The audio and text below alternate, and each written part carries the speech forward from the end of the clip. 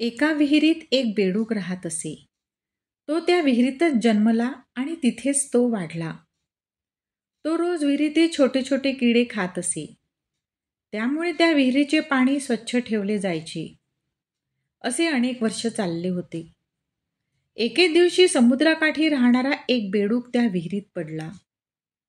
विहिरीतल्या बेडकाने त्याला विचारले, "कुठला रे तू राहणारा?"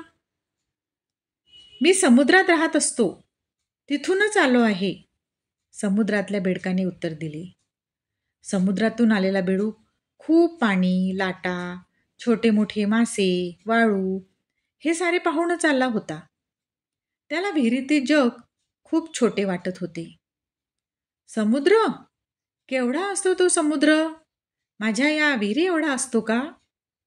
विहिरीत राहणाऱ्या बेडकाने विहिरीच्या एका काठापासून दुसऱ्या काठापर्यंत उडी घेत ऐटीत विचारले, "मित्रा, तुझ्या या टिचभर विहिरीची विशाल समुद्राशी तुलनाच होऊ शकत नाही." समुद्रातून आलेला बेडूक म्हणाला.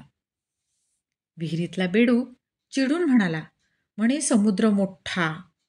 अरे, माझ्या या विहिरीपेक्षा दुसरे काही मोठे असूच शकत नाही. द्या रे याला हाकलून." विहिरीपेक्षा काही मोठे असू शकते हे विहिरीतल्या त्या बेडकाला मान्य नव्हते.